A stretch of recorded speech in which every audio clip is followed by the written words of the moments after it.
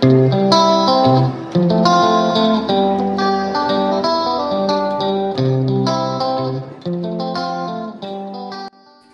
friends, welcome back to our channel. ഇന്നത്തെ നമ്മുടെ recipe വളരെ എളുപ്പത്തിൽ ചെയ്തെടുക്കാൻ പറ്റുന്ന ഒരു അടിപൊളി ഈവനിംഗ് സ്നാക്ക് റെസിപ്പിയാണ് എഗ് ഫിംഗേഴ്സ്. വീട്ടിലുള്ള ഇൻഗ്രീഡിയൻസ് മാത്രം ഉപയോഗിച്ചിട്ട് പെട്ടെന്ന് തന്നെ ഒരു 4 മണി സമയത്തൊക്കെ പെട്ടെന്ന് തന്നെ ചെയ്തെടുക്കാൻ പറ്റുന്ന ഒരു കിഡിലൻ ഐറ്റമാണ് കേട്ടോ. അപ്പോൾ നമുക്ക് വീഡിയോയിലേക്ക് പോയാലോ. വീഡിയോയിലേക്ക് പോകുന്നതിന് മുന്നേ എൻ്റെ ചാനൽ ഇതുവരെ സബ്സ്ക്രൈബ് ചെയ്ത ആരെങ്കിലും ഉണ്ടെങ്കിൽ പ്ലീസ് ഒന്ന് സബ്സ്ക്രൈബ് ചെയ്ത് സപ്പോർട്ട് ചെയ്യണേ.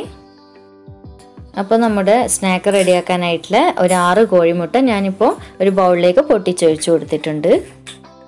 ഇനി നമുക്ക് ഇതിലേക്ക് ആവശ്യമായിട്ടുള്ള ഉപ്പ് ചേർത്ത് കൊടുക്കാം. ഇനി ഇതിലേക്ക് 1 ടീസ്പൂൺ അളവിൽ കുരുമുളക് പൊടി ചേർത്ത് കൊടുക്കുക. അത് നിങ്ങളുടെ ഫ്ലേവറിനൊക്കെ അനുസരിച്ചിട്ട് മാറ്റം വരുത്തുക കേട്ടോ. ഇനി നമുക്കൊരു ഫോർക്കോ വിസ്കോ സ്പൂണോ എന്തെങ്കിലും വെച്ചിട്ട് ഇതുപോലെ നന്നായിട്ട് മുട്ടയോ ഈ കുരുമുളക് പൊടി ഉപ്പൊക്കെ നല്ല രീതിയിലൊന്ന് മിക്സ് ആകുന്നവരെ ഒന്ന് ഇളക്കി കൊടുക്കുക. ആ മുട്ടയൊക്കെ ഒന്ന് ഉടഞ്ഞ് കിട്ടുന്ന രീതിയിൽ. എൻ്റെ കയ്യിലിപ്പോൾ ഒരു വിസ്ക് ഉള്ളതുകൊണ്ട് ഞാൻ ഇത് എടുത്തതേ ഉള്ളൂ. നിങ്ങൾക്ക് സ്പൂണായാലും എന്തായാലും കുഴപ്പമില്ല കേട്ടോ. നല്ല രീതിയിൽ ഒരുപാട് സമയം ബീറ്റ് ചെയ്തെടുക്കേണ്ട ആവശ്യമൊന്നുമില്ല. ജസ്റ്റ് ഒന്ന് എല്ലാം കൂടി ഒന്ന് മിക്സ് ആകുന്ന സമയം വരെ ഇതുപോലെ ഒന്ന് മിക്സ് ചെയ്ത് കൊടുക്കുക. ഇത്രയും മതി കേട്ടോ. അപ്പോൾ ഇനി നമുക്ക് ഈ ഒരു മിക്സ് ഒന്ന് സ്റ്റീം ചെയ്തെടുക്കണം. അതിനായിട്ട് ഞാനിവിടെ ഒരു ബൗൾ ഇതുപോലത്തെ ഒരു സ്റ്റീൽ പാത്രമാണ് കേട്ടോ എടുത്തിട്ടുള്ളത്. അപ്പോൾ നിങ്ങൾക്ക് സ്റ്റീൽ പാത്രമായാലും സ്റ്റീൽ പ്ലേറ്റ് ആയാലും അല്ലെങ്കിൽ എന്തെങ്കിലും ബേക്കിംഗ് ട്രേ ആയാലും എന്തായാലും കുഴപ്പമില്ല. ഇതിലേക്ക് ഇതുപോലെ കുറച്ചൊന്ന് ഓയിൽ ഒഴിച്ച് കൊടുത്തിട്ട് നന്നായിട്ട് സ്പ്രെഡ് ചെയ്ത് കൊടുക്കുക എല്ലാ ഭാഗത്തേക്കും. കാരണം നമുക്കിതിലേക്ക് മുട്ട ഒഴിച്ചിട്ട് പുഴുങ്ങിയെടുക്കാനുള്ളതാണല്ലോ, സ്റ്റീം ചെയ്തെടുക്കാനുള്ളത്. അപ്പോൾ സ്റ്റീം ചെയ്ത് കഴിഞ്ഞ് കഴിഞ്ഞാൽ നമുക്ക് പാത്രത്തിൽ നിന്ന് പെട്ടെന്ന് വിട്ട് കിട്ടാൻ വേണ്ടിയിട്ടാണ് കേട്ടോ ഇങ്ങനെ ഓയിൽ തടവി കൊടുക്കുന്നത്. ഇതുപോലെ നന്നായിട്ട് എല്ലാ ഭാഗത്തേക്കും ഒന്ന് സ്പ്രെഡ് ചെയ്ത് കൊടുക്കുക.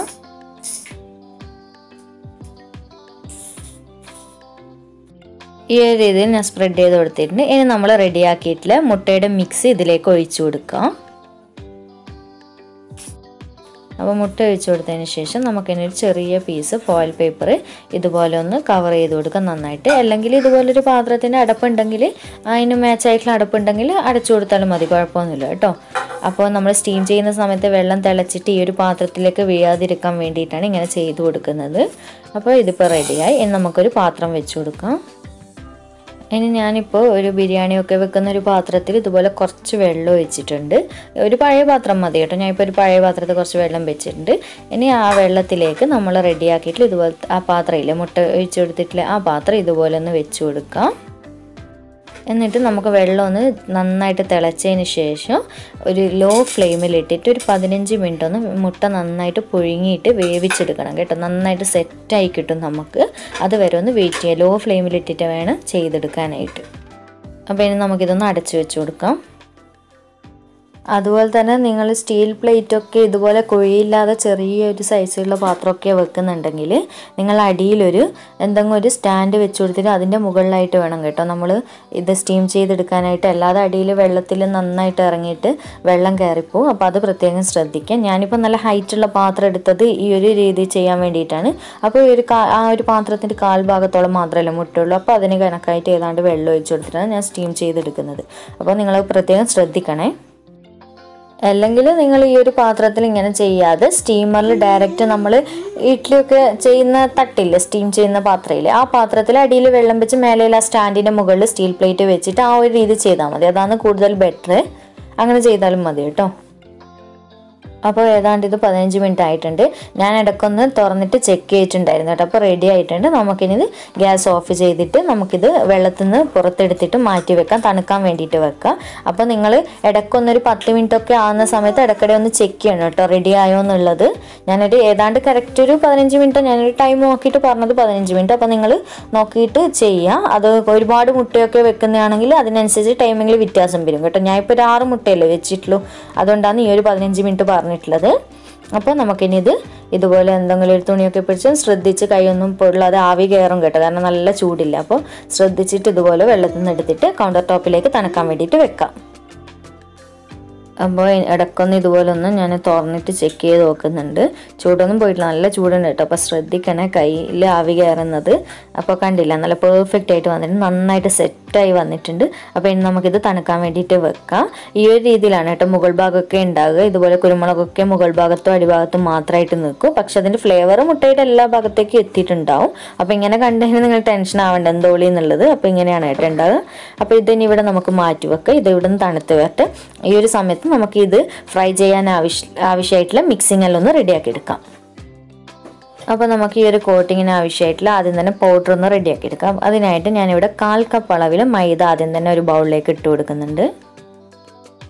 കൂടെ തന്നെ ഒരു 1/4 കപ്പ് അളവിൽ കോൺഫ്ലവറും കൂടി ചേർത്ത് കൊടുക്കുക.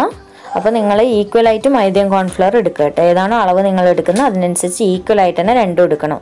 കാരണം മൈദ എടുക്കുന്നത് നമുക്കൊരു ജസ്റ്റ് ഒരു കോട്ടിങ്ങിന് വേണ്ടിയിട്ടും കോൺഫ്ലവർ നല്ലൊരു ക്രിസ്പിനെസ്സും ഉണ്ടാവും അതിന് വേണ്ടിയിട്ട്. അപ്പോൾ അത് ഈക്വലായിട്ട് തന്നെ എടുക്കണേ. അപ്പോൾ ഇനി നമുക്കിതിൽ മെയിനായിട്ട് ഒറിഗാനോ ചേർത്ത് കൊടുക്കണം. അപ്പോൾ ഞാൻ ഈ ഒരു രീതിയിലുള്ള ഒറിഗാനോ എടുത്തിട്ടുള്ളത്.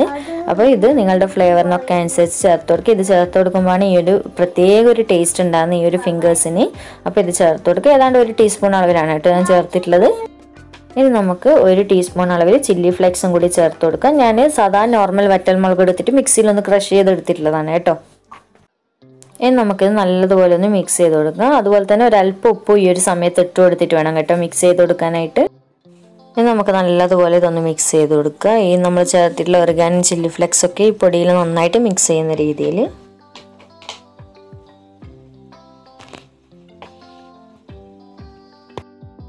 അപ്പോൾ ഇനി ഞാനിവിടെ അടുത്തതായിട്ട് ഒരു ബൗളിലേക്ക് 2 കോഴിമുട്ട പൊട്ടിച്ചൊഴിച്ച് കൊടുത്തിട്ടുണ്ട്. ഇനി ഇതിലേക്ക് ഒരല്പം ഉപ്പും ചേർത്തിട്ട് നന്നായിട്ടൊന്ന് ബീറ്റ് ചെയ്തെടുക്കുക. നല്ലതുപോലെ ഒന്ന് മിക്സ് ചെയ്തെടുക്കുക.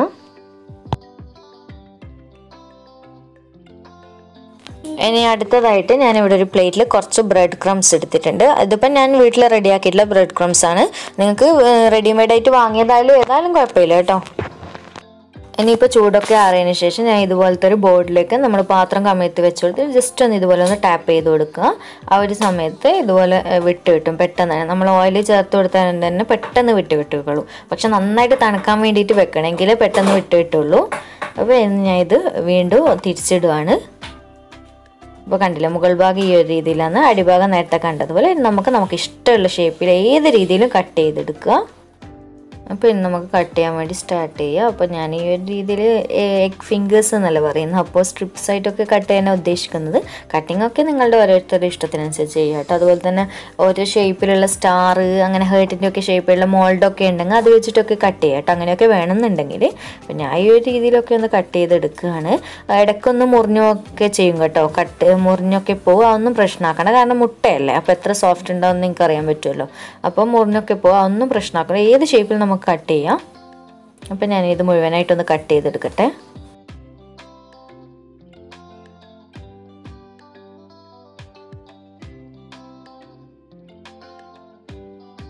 അപ്പോൾ ഞാൻ മുഴുവനും ഇതുപോലെ കട്ട് ചെയ്തിട്ടുണ്ട്. ഈ ഒരു സൈസിലുണ്ട്, ഈ ഒരു സൈസിലുണ്ട്, അങ്ങനെ ഒരുപാട് സൈസിലൊക്കെ ഉണ്ട് കേട്ടോ. പല രീതിയിലായിട്ടാണ് ഉള്ളത്. അപ്പോൾ എങ്ങനെയായാലും കുഴപ്പമില്ല കേട്ടോ. ഇനി നമുക്കിതെങ്ങനെ റെഡിയാക്കുന്നതെന്ന് നോക്കാം. അപ്പോൾ ഞാൻ നേരത്തെ റെഡിയാക്കി വെച്ചിട്ടുള്ള മുട്ടയും ബ്രെഡ് ക്രംസും മൈദപ്പൊടിയൊക്കെ എടുത്ത് വെച്ചിട്ടുണ്ട്. ഇനി നമുക്ക് ഓരോന്നായിട്ട് ഇതുപോലെ ആദ്യം തന്നെ ഒന്നെടുത്തിട്ട് ഈ ഒരു പൗഡറിലേക്ക് നന്നായിട്ടൊന്ന് മിക്സ് ചെയ്ത് കോട്ട് ചെയ്തെടുക്കുക. നല്ല രീതിയിൽ എല്ലാ ഭാഗത്തും ഈ പൗഡർ എത്തുന്ന രീതിയിൽ തന്നെ ഇതുപോലെ ഒന്ന് തിരിച്ചും മറിച്ചൊക്കെ ഇട്ടിട്ട് മിക്സ് ചെയ്തെടുക്കുക. ഇത് നന്നായിട്ട് ഇതുപോലെ ഒന്ന് കോട്ട് ചെയ്തതിന് ശേഷം നമുക്ക് അടുത്തത് ഈ മുട്ടയിലേക്ക് ഡിപ്പ് ചെയ്തിട്ട് നല്ലതുപോലെ ഒന്ന് കോട്ട് ചെയ്തെടുക്കുക. അപ്പോൾ മുട്ടയിലേക്ക് കോട്ട് ചെയ്തെടുക്കുമ്പോൾ ഇതുപോലെ ഒരു സ്പൂണോ ഫോർക്കൊക്കെ വെച്ച് ചെയ്ത് കഴിഞ്ഞാൽ നമുക്ക് ബ്രെഡ് ക്രംസ് ഒന്നും കോട്ട് ചെയ്യുന്ന സമയത്ത് നന്നായിട്ട് പറ്റി പിടിക്കില്ല കയ്യിലൊന്നും. അപ്പോൾ നമുക്ക് വീണ്ടും കൈ വെച്ചിട്ട് ചെയ്യാൻ പറ്റും, അതിന് വേണ്ടിയിട്ട് കേട്ടോ. അടുത്തത് നമുക്ക് ബ്രെഡ് ക്രംസ് ഇതുപോലെ ഒന്ന് കോട്ട് ചെയ്തെടുക്കാം. നമ്മൾ കട്ട്ലേറ്റൊക്കെ കോട്ട് ചെയ്തെടുക്കുന്നുണ്ടല്ലോ, ആ ഒരു രീതിയിൽ.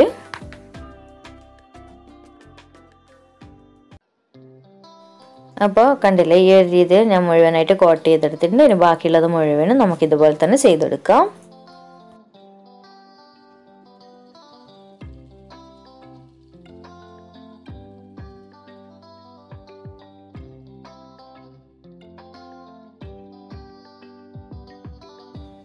ഇപ്പോൾ ഈ ഒരു രീതിയിൽ ഞാൻ മുഴുവനും കോട്ട് ചെയ്തെടുത്തിട്ടുണ്ട്. കണ്ടില്ലേ, പല ഷേപ്പിലായിട്ടാണ് കേട്ടോ ഉള്ളത്. അതുപോലെ തന്നെ നല്ല പെർഫെക്റ്റ് ആയിട്ട് തന്നെ കോട്ട് ചെയ്യാൻ പറ്റുന്നതുകൊണ്ട് വേറെ പ്രോബ്ലവും കാര്യങ്ങളൊന്നും പ്രശ്നമൊന്നും ഇല്ല കേട്ടോ കോട്ടിങ്ങിലൊന്നും. അപ്പോൾ ഇനി നമുക്കിത് ഫ്രൈ ചെയ്തെടുക്കാം. അപ്പോൾ ഞാൻ നമ്മുടെ ഫിംഗേഴ്സ് റെഡിയാക്കാനായിട്ടുള്ള എണ്ണ കുറച്ച് ചൂടാക്കാൻ വേണ്ടി വെച്ചിട്ടുണ്ടായിരുന്നു. അപ്പോൾ അത്യാവശ്യം ഇപ്പോൾ ചൂടായി വന്നിട്ടുണ്ട്, ഞാൻ ചെക്ക് ചെയ്തിട്ടുണ്ട്. ഇനി നമുക്ക് നമ്മൾ റെഡിയാക്കി വെച്ചിട്ടുള്ള ഫിംഗേഴ്സ് ഓരോന്നായിട്ട് ഇതിലേക്ക് ഇട്ടിട്ട് നന്നായിട്ടൊന്ന് ഫ്രൈ ചെയ്തെടുക്കാം.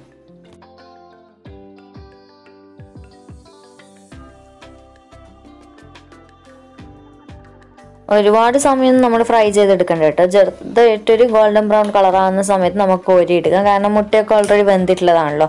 അപ്പോൾ ഇതുപോലെ ഇടയ്ക്കിടെ ഒന്ന് തിരിച്ചും മറിച്ചും എടുത്തിട്ട് എല്ലാ സൈഡിലേക്കും ഒരേ കളറാകുന്ന രീതിയിൽ ഒന്ന് മീഡിയം ടു ഹൈ ഫ്ലെയിമിലിട്ടിട്ട് റെഡിയാക്കി എടുത്താൽ മതി കേട്ടോ. ലോ ഫ്ലെയിമിലിട്ടിട്ട് ഒരുപാട് സമയം കുക്ക് ചെയ്തെടുക്കേണ്ട ആവശ്യമൊന്നുമില്ല. നമ്മളെല്ലാം ഓൾറെഡി റെഡി ആയിട്ടുള്ളതാണല്ലോ. അപ്പോൾ ആ ഒരു മൈദയൊക്കെ ചേർത്തുകൊണ്ട് അതിൻ്റെ കോട്ടിംഗ് ഒക്കെ ഒന്ന് വെന്ത് വരണം. ആ ഒരു സമയം വരെ മാത്രം മതി. അപ്പോൾ ഇതുപോലെ തിരിച്ചും മറിച്ചൊക്കെ ഇട്ട് കൊടുക്കാം. അപ്പോൾ നമ്മുടെ ഫസ്റ്റ് ബാച്ച് ഏതാണ്ട് റെഡി ആയിട്ടുണ്ട്. കണ്ടില്ലേ, ഈ ഒരു കളറ് മതി കേട്ടോ. നല്ല ക്രിസ്പി ആയിട്ടാണ് കോരി എടുക്കുമ്പോൾ തന്നെ ആ ഒരു സൗണ്ട് കേൾക്കുമ്പോൾ തന്നെ മനസ്സിലാവും നല്ല ക്രിസ്പി ആയിട്ടാണ് കിട്ടിയിട്ടുള്ളത്. ഈ ഒരു ഷെയ്ഡിൽ നമുക്ക് കോരി എടുക്കാം. ഇനി നമുക്ക് ബാക്കിയുള്ളത് മുഴുവൻ ഇതുപോലെ തന്നെ ഒന്ന് ഫ്രൈ ചെയ്തെടുക്കാം.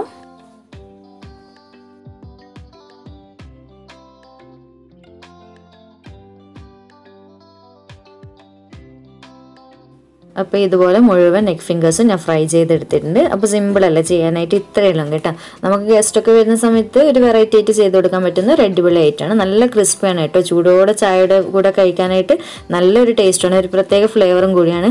മുട്ടയില്ലേന്ന് വിചാരിച്ചിട്ട് നമ്മൾ വെറും മുട്ടയില്ലേന്ന് വെച്ചാൽ നിസാരമായിട്ട് കളയണ്ട. കാരണം അടിപൊളി തന്നെയാണ്. നമുക്ക് ഗസ്റ്റൊക്കെ വരുന്ന സമയത്ത് ഇടയ്ക്കൊന്ന് ചേഞ്ചിന് വേണ്ടിയിട്ട് വെറൈറ്റി ഒക്കെ ആയിട്ട് ചെയ്ത് കൊടുക്കാൻ പറ്റിയ ഒരു ഐറ്റമാണ്. നമുക്ക് പൊട്ടിക്കുമ്പോൾ തന്നെ മനസ്സിലാവും നല്ല ക്രിസ്പിയാണ്. അത് ഉള്ളു ഈ കട്ട് ചെയ്ത് കഴിഞ്ഞാൽ ഉള്ളു കാണാൻ നല്ല ഭംഗിയാണ് കേട്ടോ, ഒരു സ്ക്വയറൊക്കെ ആയിട്ട്. അപ്പോൾ ഇത്രയേ ഉള്ളൂ കേട്ടോ. അപ്പോൾ എന്തായാലും നിങ്ങളൊന്ന് ഇത് ട്രൈ ചെയ്ത് നോക്കിയിട്ട് എനിക്ക് ഫീഡ്ബാക്ക് ഒക്കെ അറിയിക്കണേ. അപ്പോൾ വീഡിയോ ഇഷ്ടമായിട്ടുണ്ടെങ്കിൽ ലൈക്ക് ചെയ്യുക, സപ്പോർട്ട് ചെയ്യുക, മാക്സിമം ഷെയർ ചെയ്യുക കേട്ടോ. അപ്പോൾ വീണ്ടും ഒരു അടിപൊളി വീഡിയോ ആയിട്ട് കാണാം. താങ്ക്